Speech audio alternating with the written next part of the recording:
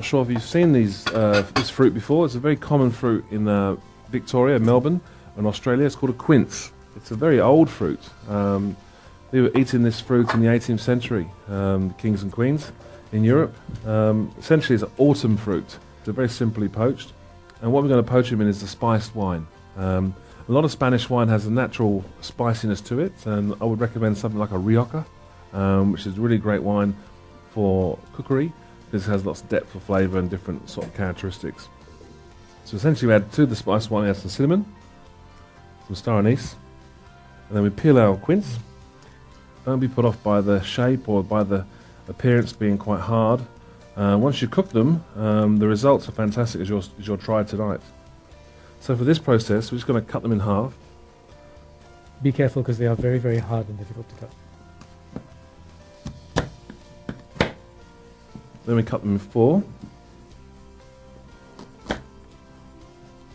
So now, really, these are very seasonal in Melbourne now. See, it's just the little tubs. So remove the core, because it's completely inedible. So what we do, we just make a nice shape for presentation. We just turn the quince, should say, into a nice sort of teardrop shape. And all we do simply is drop it in your spice wine and pop it on the stove for an hour or so. So that's essentially the process. Now to keep those submerged, I would put a little greaseproof paper cartouche and a weight, and keep the quinces submerged in the spice wine. So we're making chocolate mousse. Chocolate mousse is so simple. You need obviously good chocolate, and we're using Verona. This is Verona Caribe, which has a lovely note of kind of the Caribbean. So I think rum, and think orange, and think spices. It's all in here. That's around 66% cacao. Yeah. Over a bain-marie. It's very important not to overheat that, or the oils in the chocolate split. And when you mix it with the cream, you have this kind of scrambled egg scenario. So gently melt that over some water. So in here we've got some brandy, and here we have some gelatine. We've all used gelatine before. Just soak it in water, and it kind of goes into this sort of jelly-like state. And to dissolve it, we just drop it into the brandy. It's a nice way of doing it, really. So you're making sort of a gelatine with the brandy. Whip our cream. No mystery there. So your chocolate and the cream needs to be the same temperature. So before you make your chocolate mousse, always bring your cream out to room temperature first, and then whip it up. Now we're just going to sweeten this with a bit of sugar. And this is chestnut puree. You buy it in tins in most good sort of food stores.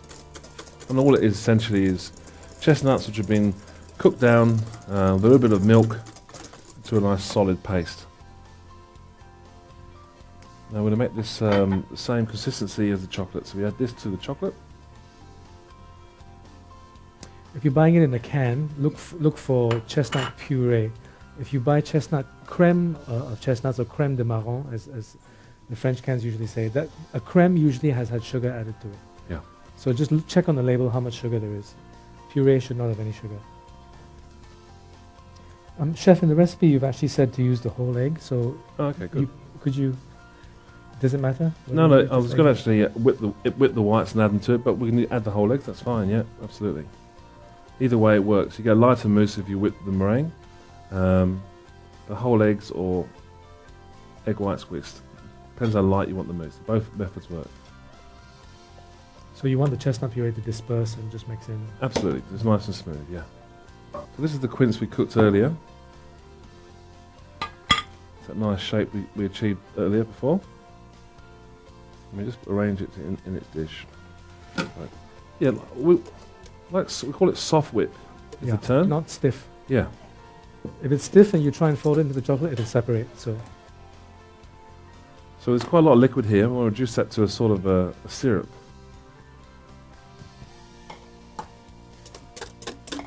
Right, so add our liquid cream to our room temperature, more or less room temperature, chocolate paste with the chestnuts.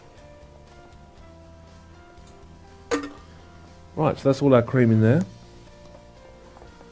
Now we're going to put all the eggs in, because that's what the recipe says.